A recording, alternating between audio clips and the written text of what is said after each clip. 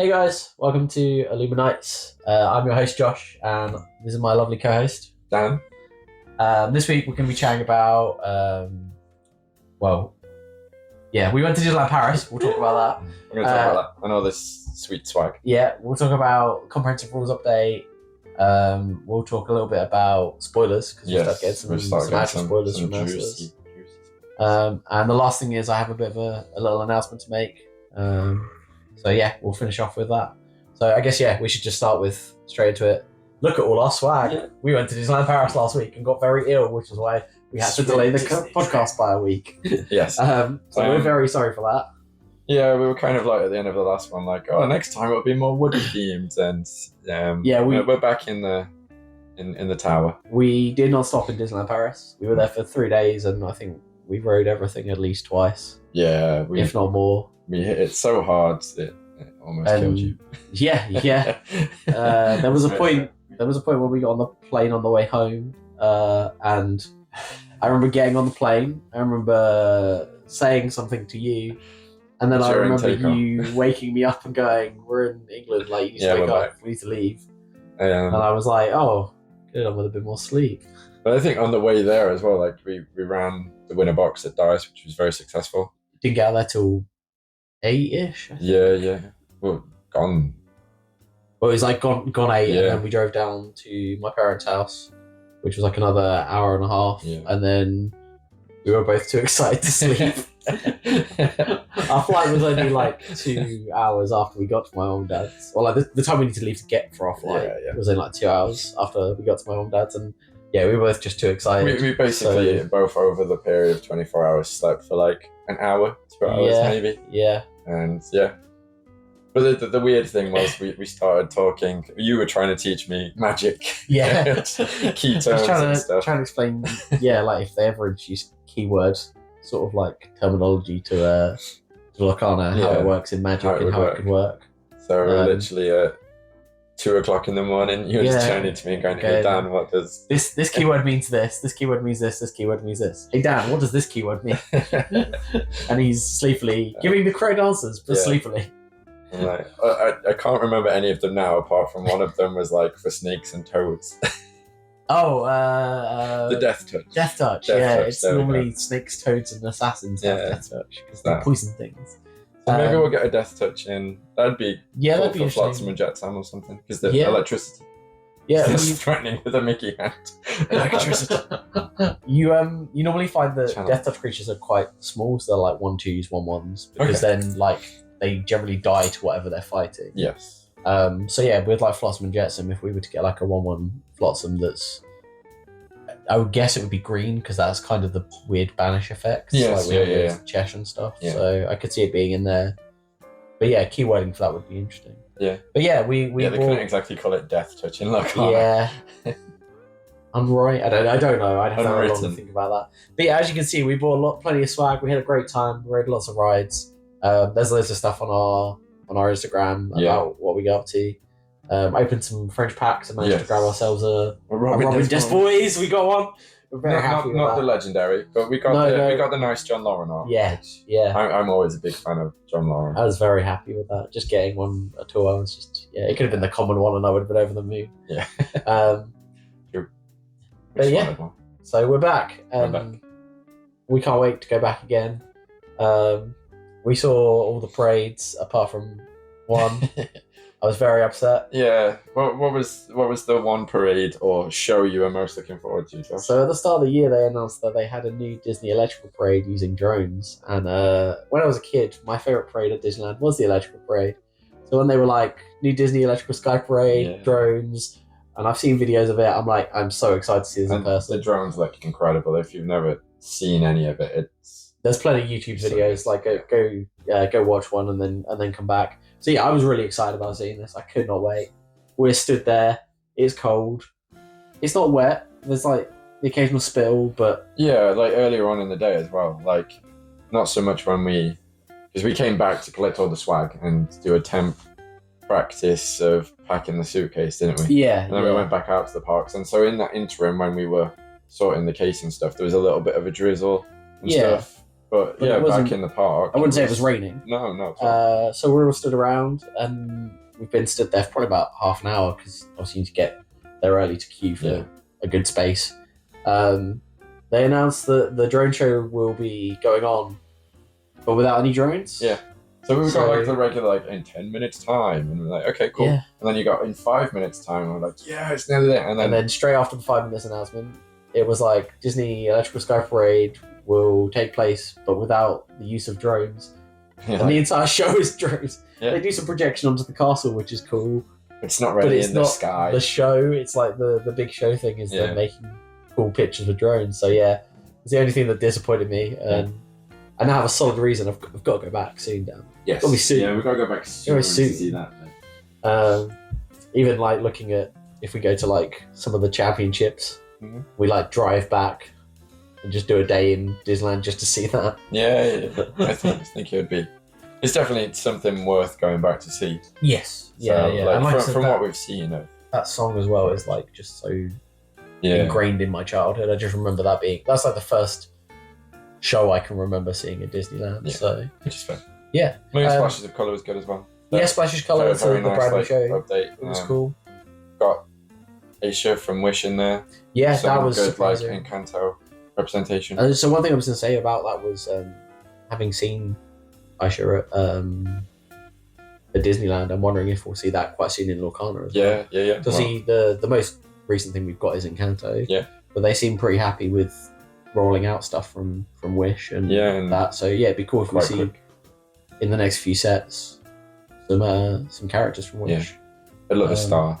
Yeah, that's my problem. I love Star. I don't like the movie.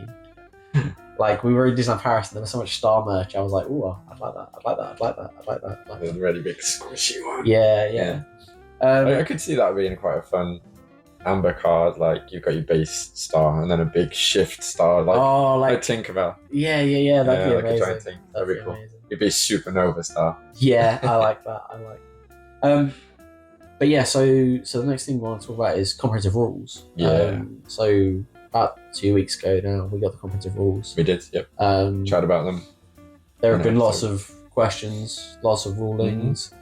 And one thing that it's filled me with a lot of joy, and it might seem a bit strange to players say, but to someone that's a TO and a judge, seeing Ravensburg and Disney and the card creators, the people that create the game, responding to us on Discord for our questions, responding on X or Twitter, and then updating the comprehensive rules and re-releasing them with the edits to say, here are the edits that we've added to make it clearer. Because it wasn't just like, oh, here you go, guys, and they pushed another one out. It was, we've put all the edits in red as well, all the changes, so you can see where we've done this work and what we've readdressed. It means so much to me as a judge, as a TO, to have those clarifications because they help me better clarify to other people what's going on. But I know there's a lot of card games where like their rules are published and that's it, the rules are published. Yeah. You can read through them and the community might have an issue but nothing ever really comes of it. And it's changes. Like it's been such a short turnaround from the community saying like this doesn't work or this doesn't make sense or my community is struggling to understand this issue. Yes. And they've been so open and receiving of it. It is really made me happy. Like it really excites me for what the future of Lorcana is because if they're going to be that open with us and listen to us, we can build something really great. Really great. I think it's shown as well with the Lorcana challenges, the fact that the cap was, lots of people were not happy about the 512, and then now we're looking at 2,000 plus. So I think that's very interesting because I think our last podcast we talked about the cap. We did. And we sort of said like, if they doubled it, that'd probably be enough. Yeah. And then the next day, it was like, oh, you've got 4 times as many people. Yeah. Now I'd be interested to see, because in America it's a bit different because obviously like in America internal flights are a thing. Yeah. So it's a bit easier to get around America. So I wouldn't be surprised if that event fills. I'd be interested to see the numbers of people at Lille though. Yes. I think from my understanding it's still sold out.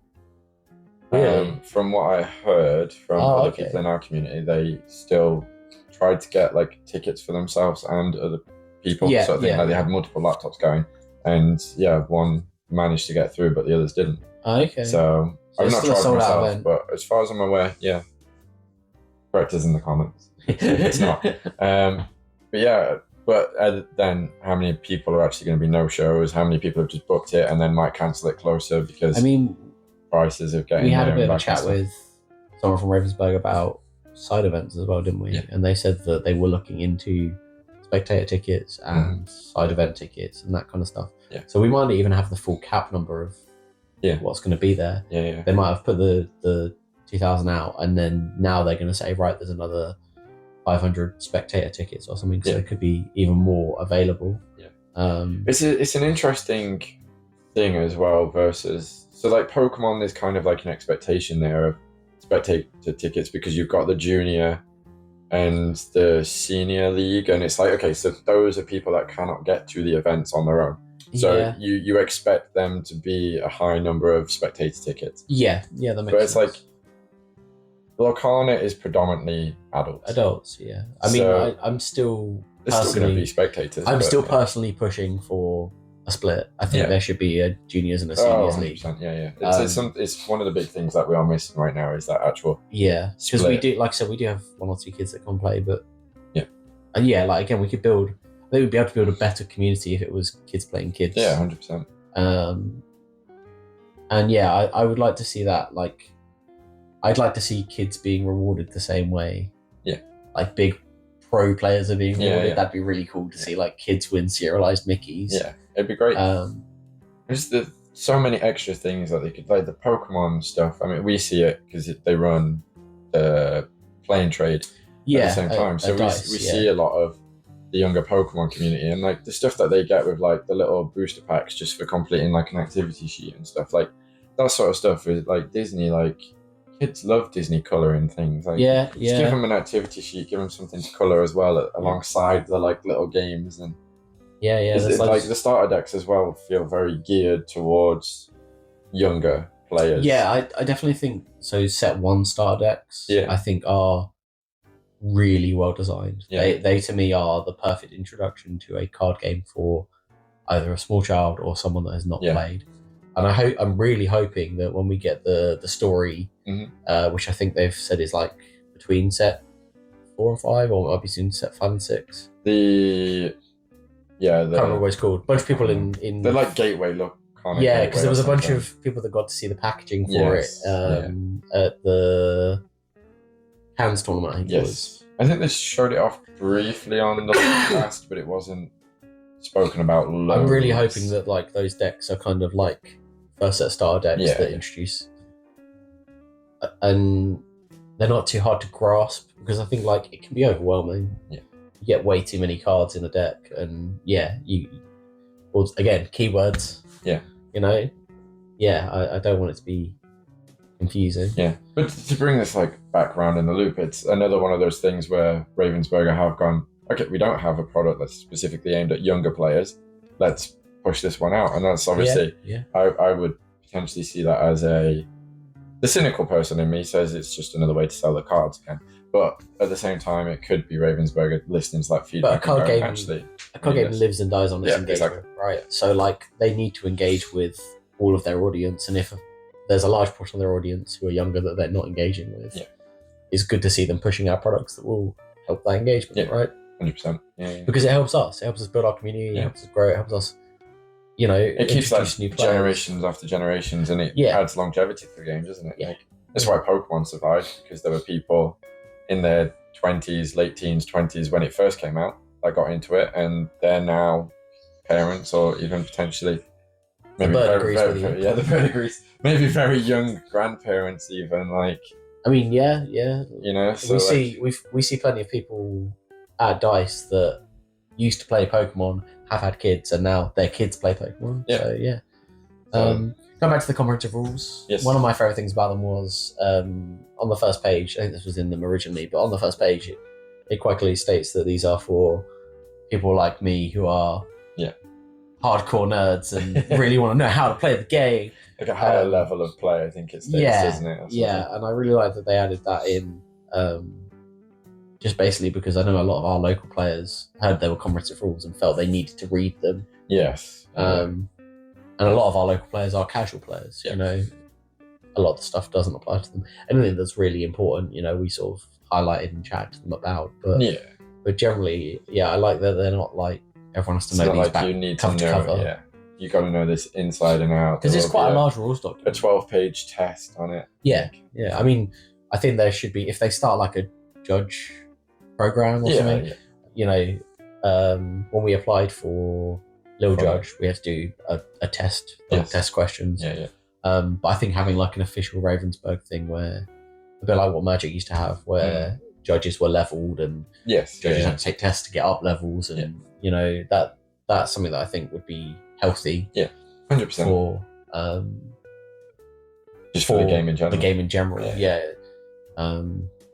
but so spoilers. Spoilers. Now this is what I'm excited about. Brings it on to spoilers. Spoilers. I'm going to be straightforward here. I've been a little bit like reserved with spoilers this time because I was so on it with last set and posting them in the Discord and being like, this has been revealed, this has been revealed. This time I'm like, actually, I think I want to be a bit more surprised. Okay. And I think it's more my tin foil hat elements because I'm already like, well, this has got this in it and this has got this in it, and I can see how it's all pulling more into the story. So each little spoiler for me is either too much of like a tasty little nugget and it triggers me into trying to pin it all together, or it's not enough. So I'm like, I'm just gonna sit back and wait like for the bigger picture a little bit. But I've seen everything so far. So there's been some official ones. As I say, there's been some unofficial spoilers.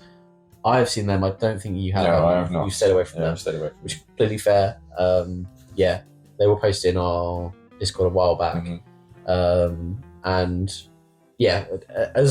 as a judge and a TO, I like getting my hands on the information on the cards so I know, you know, what I'll be looking at and stuff. But I think more from a player perspective, especially in our community, they really like the story. They really like the surprise of the cards and diving into it and opening a booster pack and not knowing what they're getting. There's quite a lot of people in the community that have said like, oh no, we don't look, and we give the option on the Discord, like if you want to see the spoilers, you have to sign up to a role and you know what you're getting yourself in for. We're quite clear, you know, if you go on there, all spoilers are okay on there.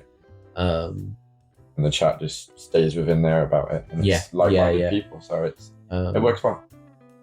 But we are going to talk about spoilers. We're going to talk about some new shiny cards that have been released. I think the first one we got was it on the Illuminotts? Was it the Illuminotts podcast or This Week in Ink? This Week in Ink. Jonty, Yes. They spoiled a card that I absolutely love. If you couldn't tell. This is my bag. None of these are mine. I don't have a lounge flyer. I'll have to get you one. I'll have to buy a lounge. There's a Rescue Ranger. Rescue Ranger. Yeah. I was talking to someone about that, about the live action movie the other day, and how it's so good. It's so good. It's just much better than it should be. If you have not seen it, go watch the live action. Go watch the live action Rescue Ranger movie. Good. It's on Disney Plus. It's just so clever. And like the amount of other references in it as well. Like there's a Batman versus ET reference in it, and like it's someone who is like a film nerd and a bit of a meta fiction nerd. And well, meta nerd in general. I love putting the decks on ink decks as well. It's so good, like the references and how it just takes the mick out of the Mickey. We're getting off course. We are. Let's get back to the really important thing here, which is the Stitch card. So we have a card which is a record player with Stitch putting his finger on it to play the music. I believe the card is an item. Yes. Costs, I want to say 2. I think it might be 3. I don't know. I've seen it. I know what it does, and that's about it. What it does is what's important, right? So whenever you sing a song, you may reduce the power of a character by 2. Yes. And Stitch characters may sing songs as if they had 1 additional cost. Yes. So from my understanding of that is, if I have a New Dog Stitch who costs 2, I can sing 3 cost songs with him. So you can start singing bare necessities. Pretty interesting. a lot of people, when this was first spoiled, were like, "Oh, my Rockstar can sing this 7-cost song," and I was there a bit like, if you're playing a Rockstar, he's probably doing other things than 7-cost songs. But yeah, like there is that as well. Yeah. Or you start playing the 6-cost Ruby Stitch that nobody played, where he's like in full alien mode, and then suddenly he can sing Be Prepared. One. Yeah, this one. Yeah. But that's the Small Rush one. There was one from first chapter. Oh yeah, because the promo, there was a promo version. Yes, in the Disney 100 set. Yeah, that's a good idea actually, because you can sing.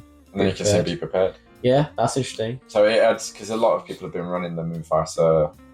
Amber Rubies, yeah, see a lot more play. I think that could see a little bit more with that as like a little extra tack on top. Yeah. What's the next spoiler I've seen? Louisa. No, the next spoiler I saw was We Don't Talk About Bruno. Oh yes. Now. Encanto family.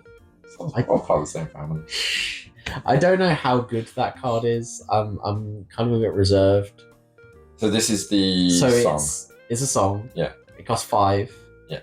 You make your opponent pick up a character. Okay. And then they discard a card at random from their hand.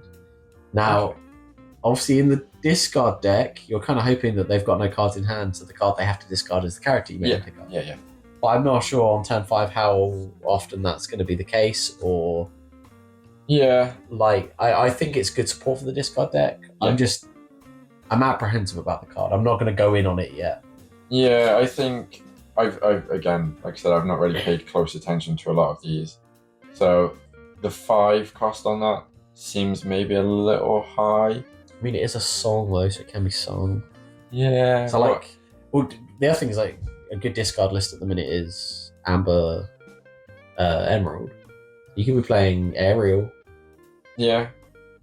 I suppose if you still go Steel Emerald as well, like you shift out Robin Hood, Champion of Sherwood, turn 3, and then he's singing that. Or you could sneakily shift out Hook, because me and you've talked about that before. Yeah, I still think Hook from set 1 is a sneaky 5 cost sing tech. So I run a lot of Sapphire Steel, and I looked at putting him in again, because people are running him anyway for the Shmi combo. Yeah. And I was just like, I like it, but he just gets Medusa because he's a 2. He's 2/5, so it's just like... I feel like you can say that about a lot. Yeah, you can. And it's just like... But him versus a lot of other things, I'm just like...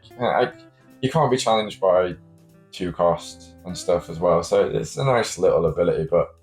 Yeah, like... He's just a sneaky... Back in set 1, he was really cool. He's a sneaky turn 3, 5 cost singer. Yeah.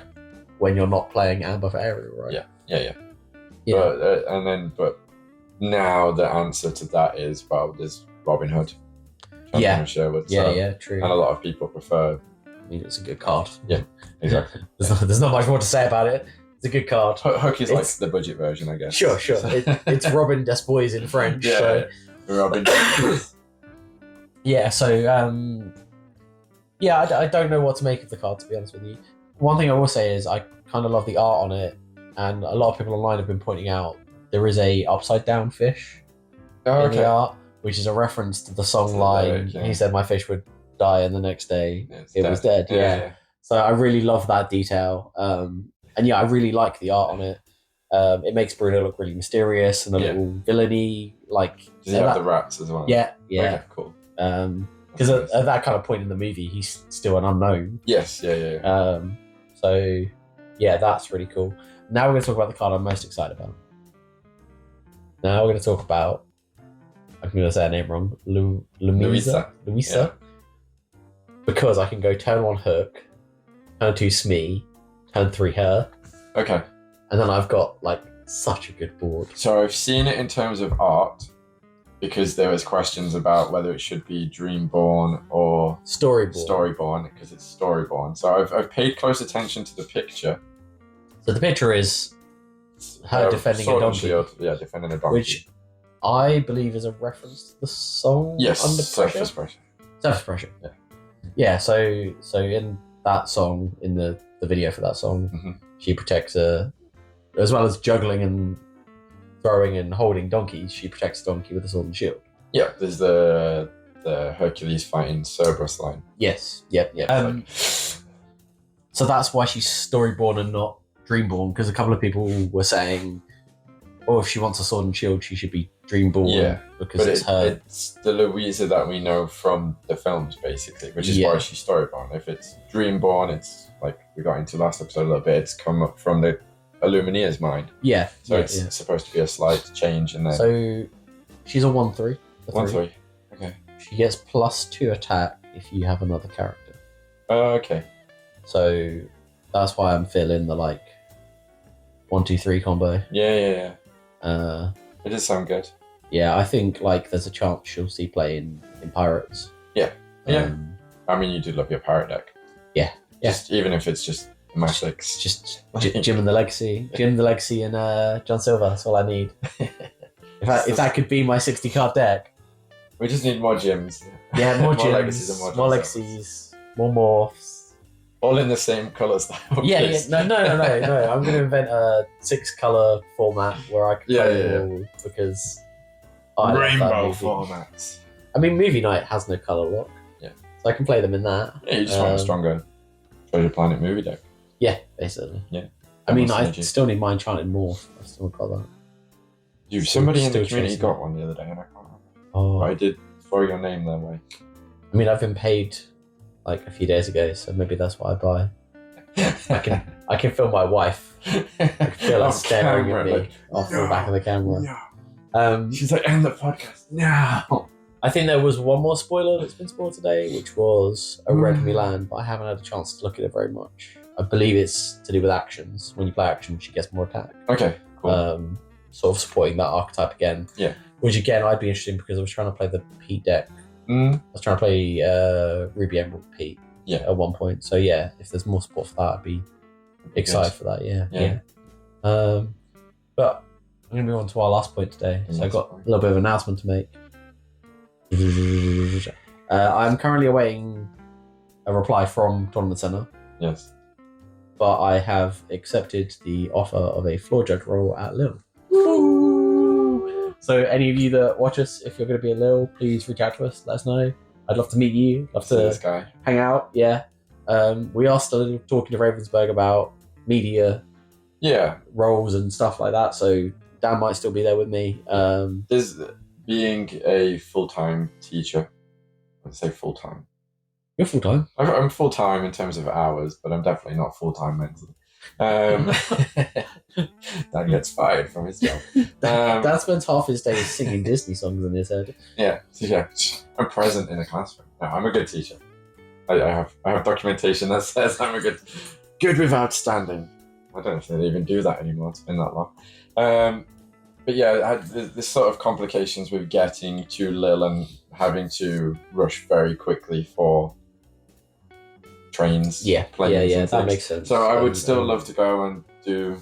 We're still looking at options, aren't we? Yeah, we're still looking at options. Said yes or no yet to you going, but and next time I just need to put down that I run tournaments instead of just help out. I think was the clincher on that one. I was too honest. I'm just like, I help run stuff at Darts. You run it when I'm not there. Yeah. You run it, or even when I am there, sometimes you run it. If I want to play, or It's like the first one that I ever ran. It was like we even called it Dan Runs Lorcana on Melee. This is one of the tournaments called that, and it was like 8 people turned up because it was like the week before Christmas. Everyone was either sick or saving money, and I was like, "Yeah, okay, this is a reflection on me." But it's not. It was not, like you said, it was the week before Christmas. Like the last 2 that I ran on my own, we've had like 16, 17 people. Same numbers as every other week. Yeah, causing trouble for everybody. Well, like this week, just gone. Like I was just too ill to even make it to the store, so left it in your capable Mickey hands. Yeah. But yeah, I will be a little definitely. I booked my train and my hotel. So yeah, if you guys, any of you want to meet up, want to collab, want to chat, want to just talk about Disney, if you couldn't tell, I love Disney. Please drop us a message, let us know, and hopefully I'll see you there.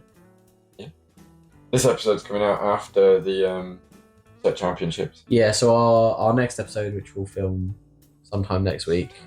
We're actually filming. Well, I say we're actually filming at night. We're filming closer tonight than what we have done in the past. Yeah. So we're actually Illuminotts for once. Our Set Champions is happening tomorrow. Yes. We're very nervous about it. Very excited. Though. Very excited about it. Yeah. We've got Matt Davies. Yeah. We mentioned Matthew Robert Davies. He's coming down to the store. He's going to come and play. He's going to do some signings. Yeah.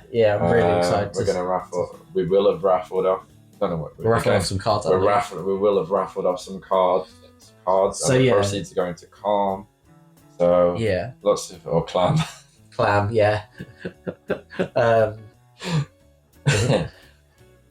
You've completely taken me off my rail now. I was, so chaos, mischief. It's the Mickey glove. It's the Mickey glove. Is that what does it? Okay, it's causing mischief for them. It's like the sorcerer's hat. So our Arsenal Championships will be tomorrow. So this will be released after them. But the one after this, we will talk about how Arsenal Championships went and how cool it was seeing Matt and all that kind of stuff. So so we could.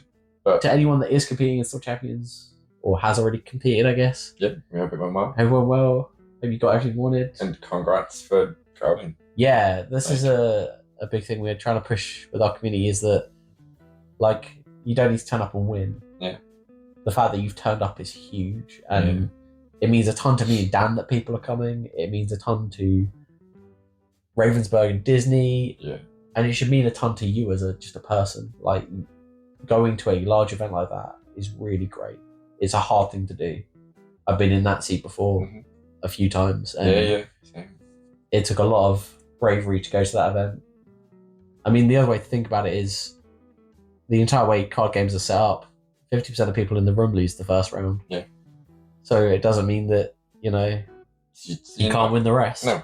Like, doesn't mean that you're a bad player. Like, somebody has to lose in the first round. And please stop asking me what you should change in your deck the day before the store shift. I had at least 3 or 4 people today message me going, I think I should be running 2 of this instead of this. And my response is, have you ever run 2 of that? And they're like, no. And I'm like, so why would you do it now? Stick any time, even if it's just the weekly locals, play with what you know. Like, if you want to try something out, by all means, try something different out. Go in with the mindset of, I'm trying this new deck out.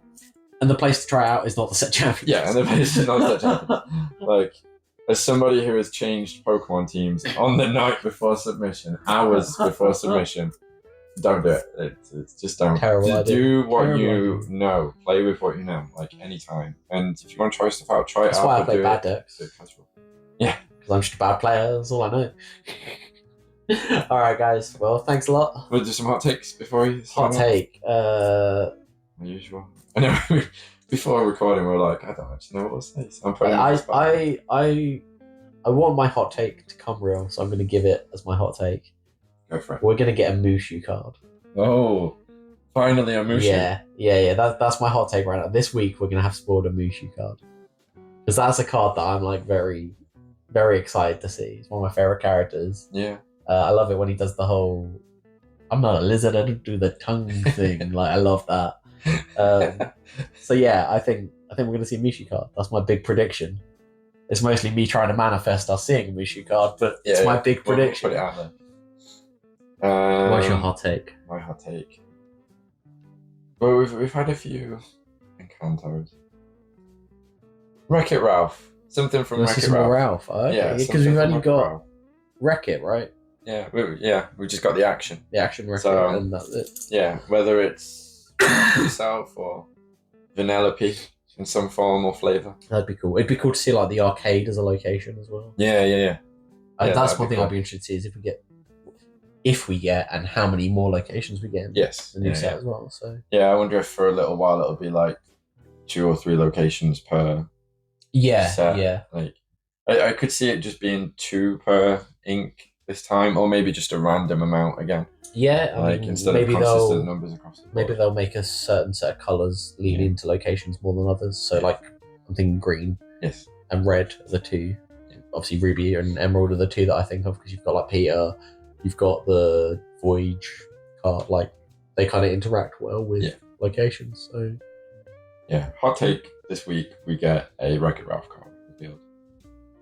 Well, I guess we'll have to review that next week and see how wrong we both were. Yeah. I like the first Wreck-It Ralph. I'm currently trying to watch the second one, and I'm currently on part 5. because I keep watching it. You know, it's one movie, right? It comes as a whole. I keep watching it, and then I'm like, okay, I'm done with this for tonight. It's just not holding my interest, but at the same time, I'm not like, I need to finish. Have you got to the princess scene? I've seen the princess scene. I love that scene. I've just seen the Slaughter Race song. Oh, that's great. Which, yeah, it was pretty good. In terms of like a stand-up of Disney princessy tropes and stuff, it was kind of fun, but it was forgettable. For me, it's like the movie is a really cool pathway, like join between like the retro games I used to play when I was a kid to like what I do now. Yeah, and that's what I loved about the first one. Like the references were very good, and this one leans too much into the internet. And even though it came out, I don't actually like 5-6 years ago. Can we stop aging movies? Yeah, that's the problem. It ages it too much because most of that is present or was present at the time the film came out. Okay, sure. So it's a bit obsolete now. Yeah. Okay. So there's a lot of things that I'm like, well, that's not a thing anymore. Like, there's a whole thing where the Twitter birds fly past, and I'm like, what? Twitter doesn't exist. That doesn't exist now. The birds are upset. Twitter the birds are clearly upset. So it's now X, where things are happening. Yeah. I think like Elon Musk's just a pirate. A pirate? Yeah. And on that note, we'll talk about that more next week. Yeah. Come back next week for my discussion of is Elon Musk secretly Captain Hook? Yeah. Elon Musk, what colour ink does he fit into, and what archetype? Yeah. But yeah. This has been a slightly more random episode. We'll blame the excitement of the illness and the excitement tomorrow. Of the championships. Yeah. Cannot wait. It's going to be really good, but can we cut it there? Yeah, cool. Thanks for sticking with us throughout this randomness, and I hope you have a magical week, and we'll see you real soon.